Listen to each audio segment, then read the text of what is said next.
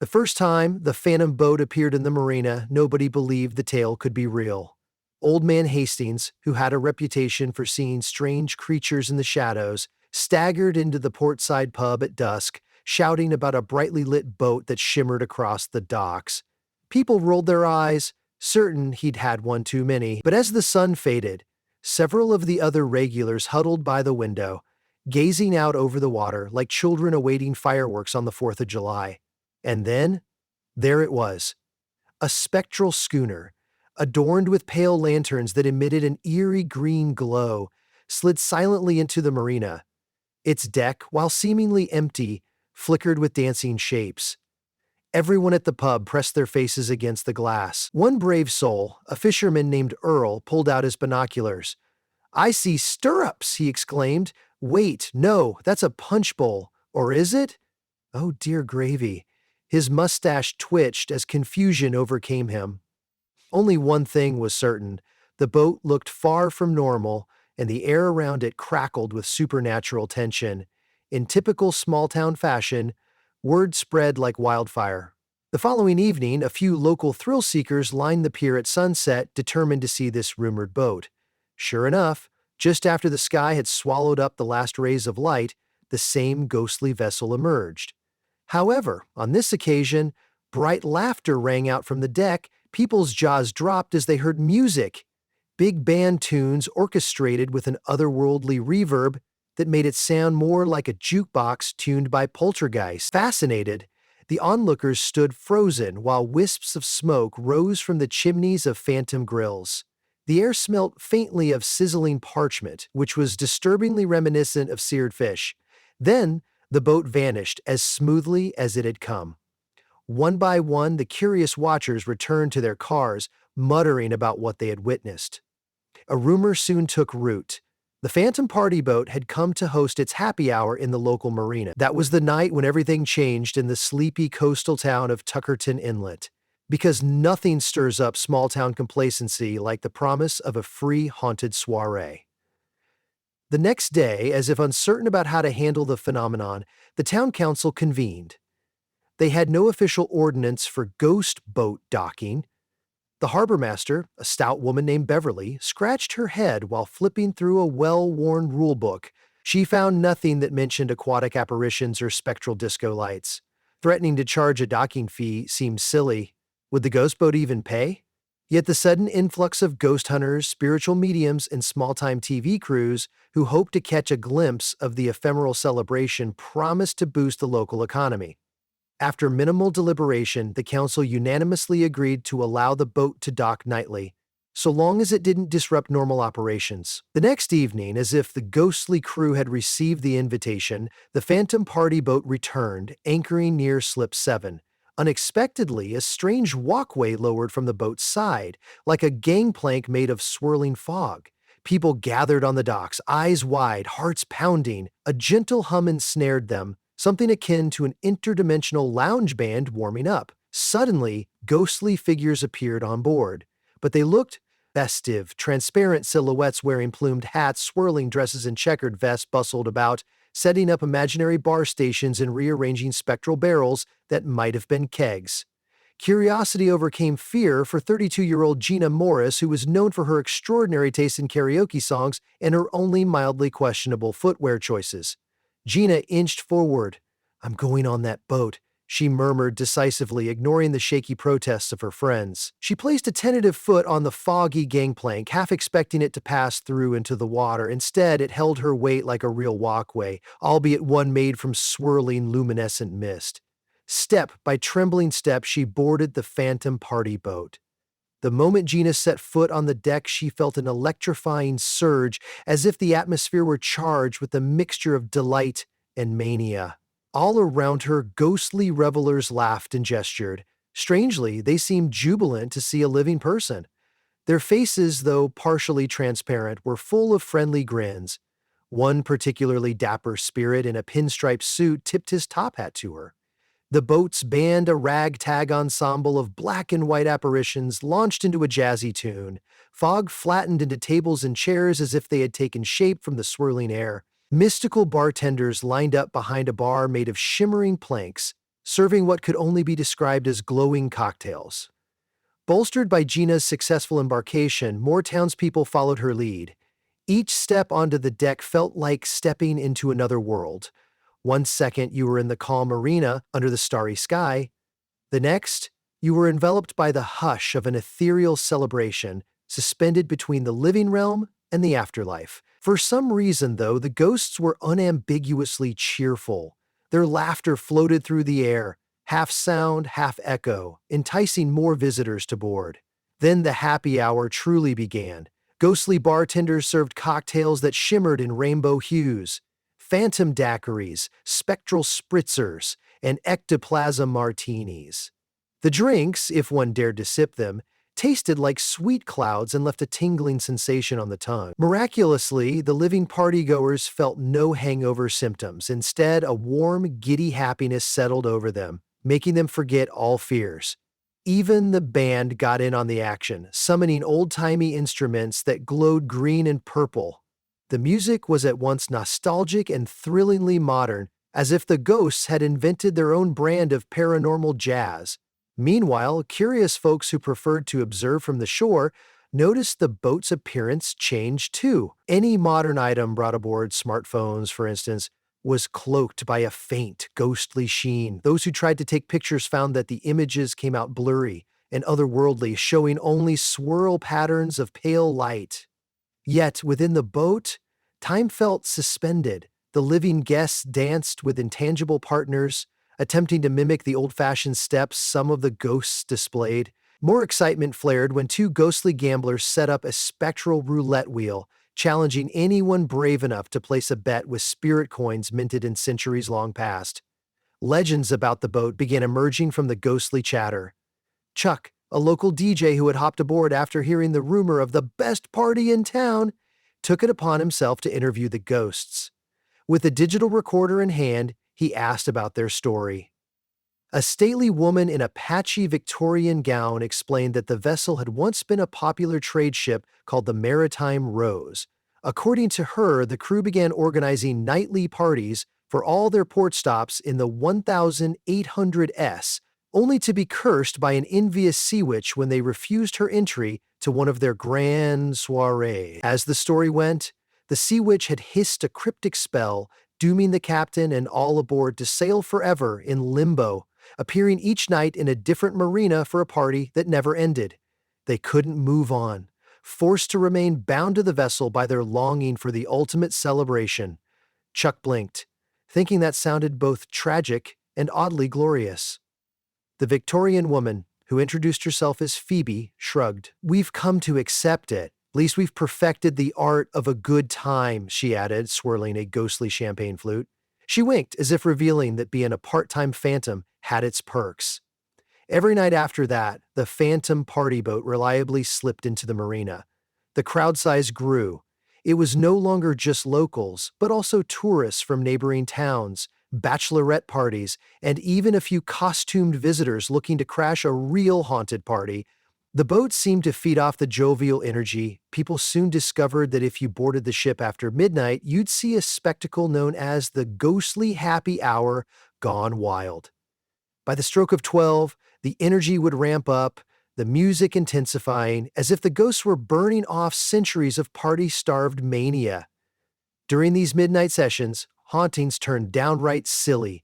Tables floated spontaneously. Glasses stacked themselves into precarious towers. Spirited polka lines formed, weaving around wide-eyed living guests. Even the comedic potential soared higher when ghostly jesters popped in from the walls, juggling invisible objects that occasionally turned visible for a split second, revealing random cats or squeaky toys.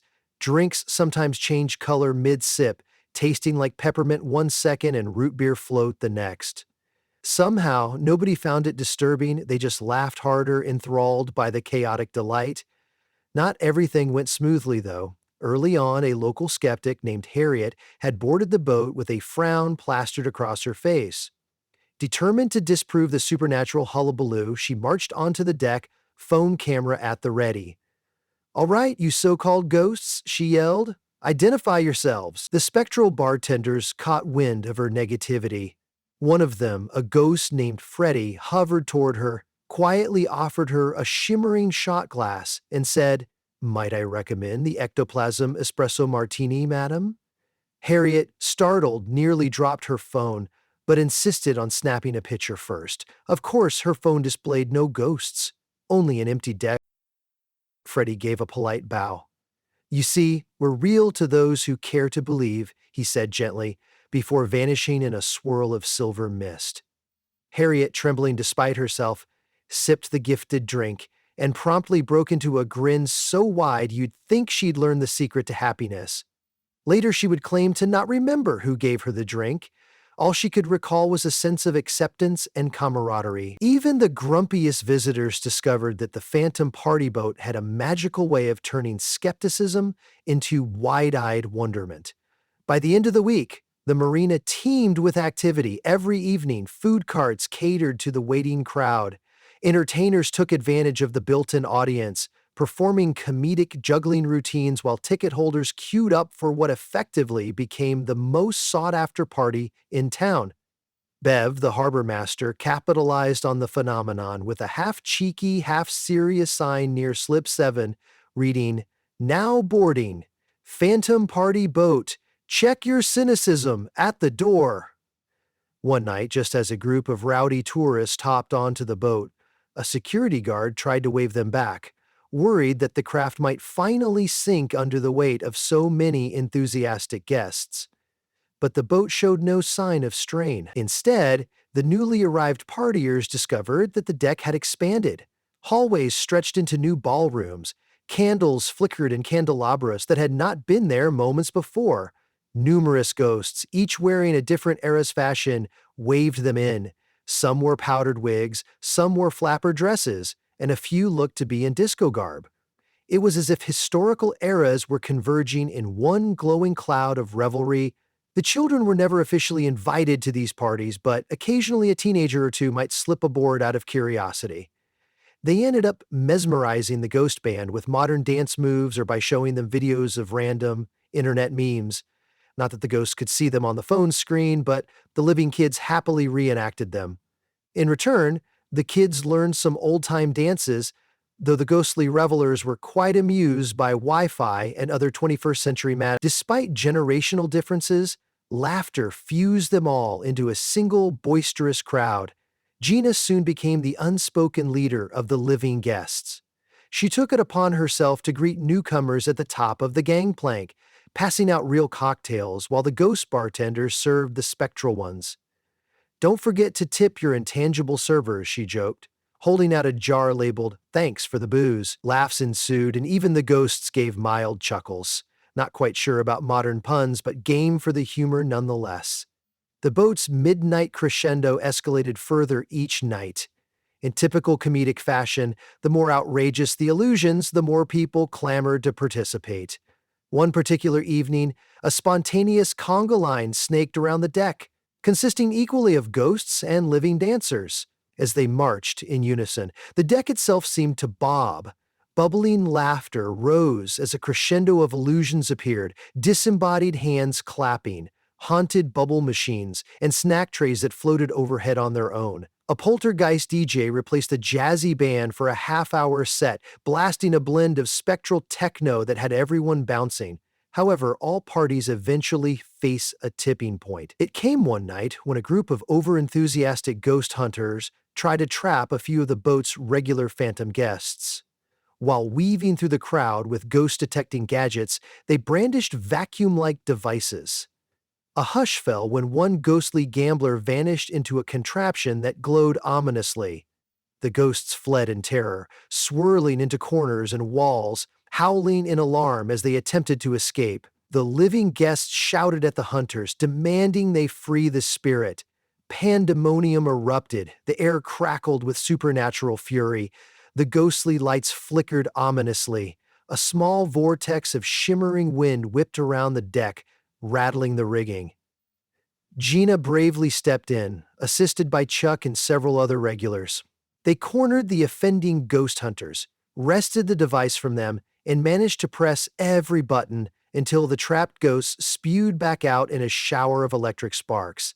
Freed and badly shaken, the ghostly gambler quickly vanished below deck. Then a strange hush settled over the boat. One by one, the ghosts rose up, floating near the ceiling of the main salon.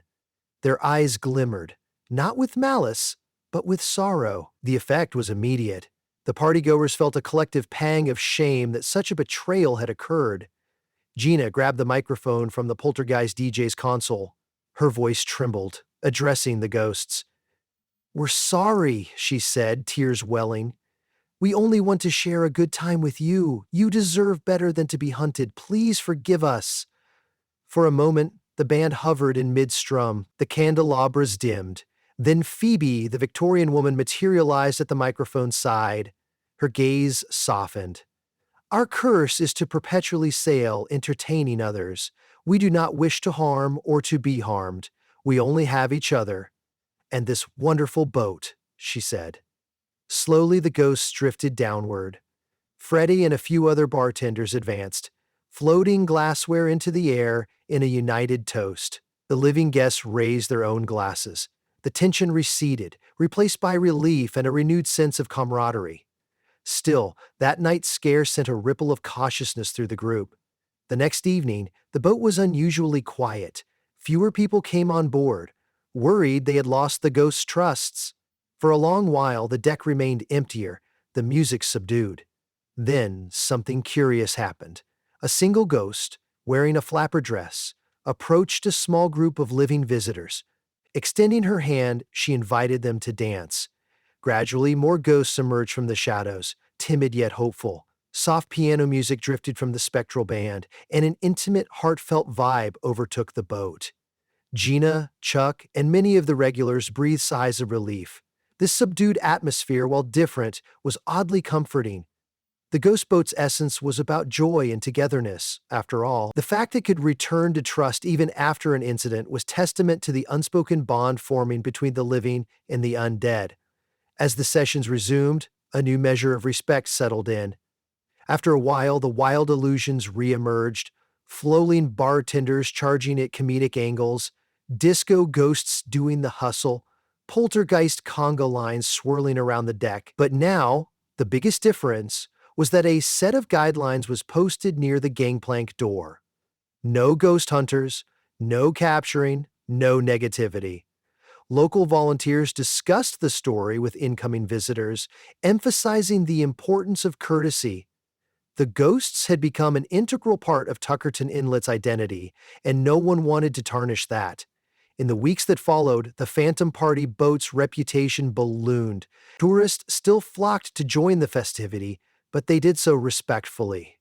The business community thrived, with local inns booked solid, restaurants catering to visitors needing a meal before or after their supernatural nightlife.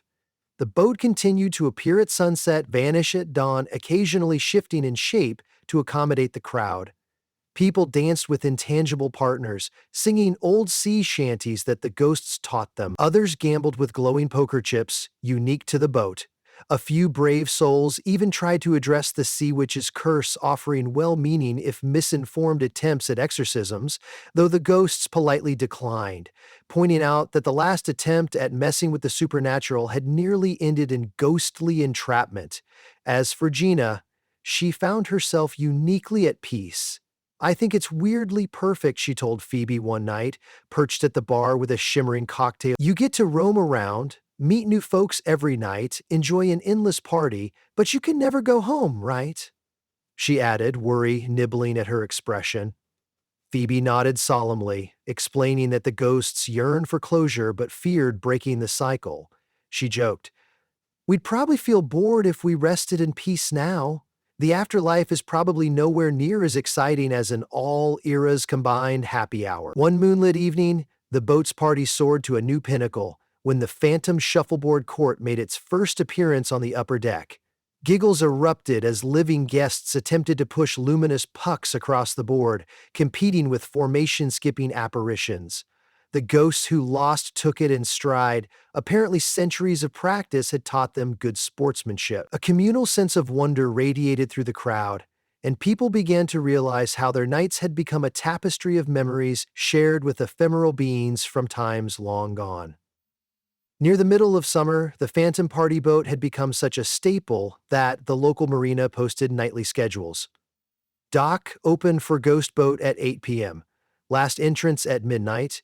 Please exit before dawn to avoid spiritual side effects. The bit about spiritual side effects may have been a half joke, half handy.